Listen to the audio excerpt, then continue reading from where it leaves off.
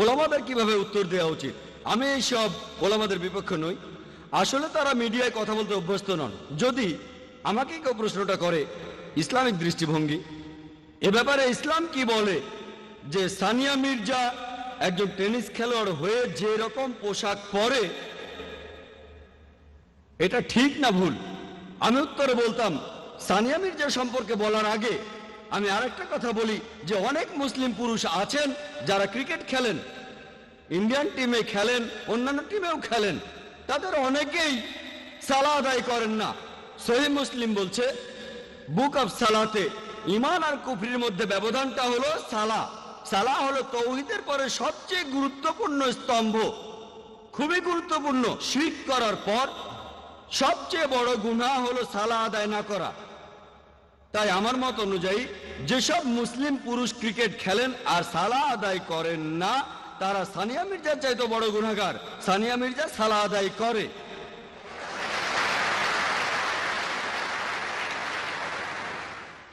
মুসলিম অভিনেতা অভিনেত্রীরা তারা পর্দায় শিরক করছে, তারা বড় গুনাহগার। আমি সানিয়া মির্জার পক্ষ নিয়ে কথা বলছি না, এ কথা মানব সানিয়া মির্জা যে পোশাক পরে সেটা ইসলামের নিয়মের বিরুদ্ধে, এটা হারাম। তবে এই কথা বলার আগে আবহাওয়াটা বদলে দিলাম, এটাই হিকমা।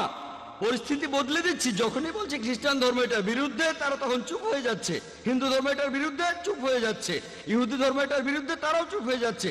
আমি ক্রিকেট খেলা নিয়ে বলেছি, আমি সুইমিং নিয়ে বলেছি, তারপর যখন উত্তরটা দিলাম যে এটা হারাম তখন এই উত্তরটা তাদের গলা দিয়ে নামবে, তা না হলে উত্তরটা তারা হজমই করতে পারবে না। আমি বলেছি এটা ভালো, সানিয়া মির্জা অন্তত পক্ষে সালা আদায় করে, সে কম গুনাহগার অন্তত ওই মুসলিম ক্রিকেটারদের চাইতে যারা সালা আদায় করে না, 4 দিন খেলছে 5 দিন খেলছে সালাবাদ। আল্লাহ আমাদের সালা আদায় করার নির্দেশ দিয়েছেন। হয়তো ভবিষ্যতে সানিয়া মির্জা ইসলামিক পোশাক পরবে ইনশাআল্লাহ।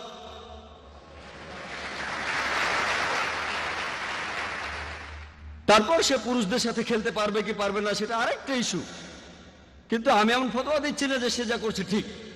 তবে মুসলিমদের এটা জানা উচিত কিভাবে টেবিলটা উল্টে দেওয়া যায়, কিভাবে হিকমার সাথে উত্তর দেওয়া যায়। যখনই আপনি এভাবে উত্তর দেবেন তখনই সবাই চুপ হয়ে যাবে। দুর্ভাগ্যজনকভাবে আমরা মুসলিমরা মিডিয়ার সামনে নিজেদেরকে হাসি পাত্রে পরিণত করছি। সাধারণত আমি মিডিয়ার সামনে কোনো ইন্টারভিউ দেই না। কেন? ধরুন আমি 5 মিনিট ধরে একটা প্রশ্নের উত্তর দেই, বেশিরভাগ সময়ই তারা উদ্দেশ্যমূলকভাবে এটা এডিট করে আর আমার বক্তব্যটা বদলে দেয়। মাঝে মধ্যে সময়ের স্বল্পতার কারণে সেটাকে ছোট করে আর না বুঝেই তারা বক্তব্যটাকে বদলে দেয়। ইচ্ছা অনিচ্ছা জানি না, তবে বেশিরভাগ সময় হয়ে থাকে আমার উত্তরটা যদি ঠিক মতো হয় তারা কেটে ফেলে, এডিট করে ফেলে। তারপর উত্তরটা শুনে অন্যরকম মনে হবে, অথবা না বুঝে শুনে ছোট করতে গিয়ে আমার বক্তব্যটা অন্যরকম হয়ে যায়। এজন্য ইচ্ছে করেই তাদের আমি এড়িয়ে চলি। যদিও অনেক মিডিয়া থেকে আমাকে আমন্ত্রণ জানানো হয়, অনেক আন্তর্জাতিক মিডিয়াতে ইন্টারভিউর জন্য ডাকা হয়, আমাকে বেশিরভাগ সময় এড়িয়ে চলি। ইনশাআল্লাহ যখন আমাদের চ্যানেল হবে তখন সঠিক চিত্রটা তুলে ধরতে পারবো। আমাদের টেপের কপি দেব, যদি দেখতে চান এটা দেখেন, যদি এডিট করেন আমাদের চ্যানেলে সম্পূর্ণটা দেখাবো ইনশাআল্লাহ।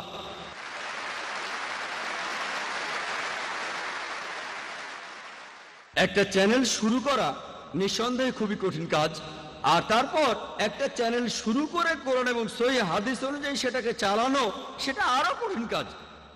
ইনশাআল্লাহ আমি আল্লাহর কাছে দোয়া করছি, আপনারাও দোয়া করবেন যাতে সঠিক পথে চলতে পারি, কোরআন সহিহ হাদিস মেনে চলতে পারি, আর যেন এভাবে ইসলামকে ছড়াতে পারি। আমার লেকচার শেষ করার আগে পবিত্র কোরআনের একটি উদ্ধৃতি দিচ্ছি। সূরা ইসরার 81 নম্বর আয়াতে বলা হয়েছে, বকুল জাল হক ওয়া যাকাল বাতিল ইন্নাল বাতিলা কানা যাহুকা। যখন সত্য এসে মিথ্যের সামনে দাঁড়ায় মিথ্যে বিলুপ্ত হয়ে যায়, কারণ মিথ্যা প্রকৃতিগত কারণে বিলুপ্ত হয়ে যাবে। ওয়া আখির দাওয়ানা আলহামদুলিল্লাহি রাব্বিল আলামিন।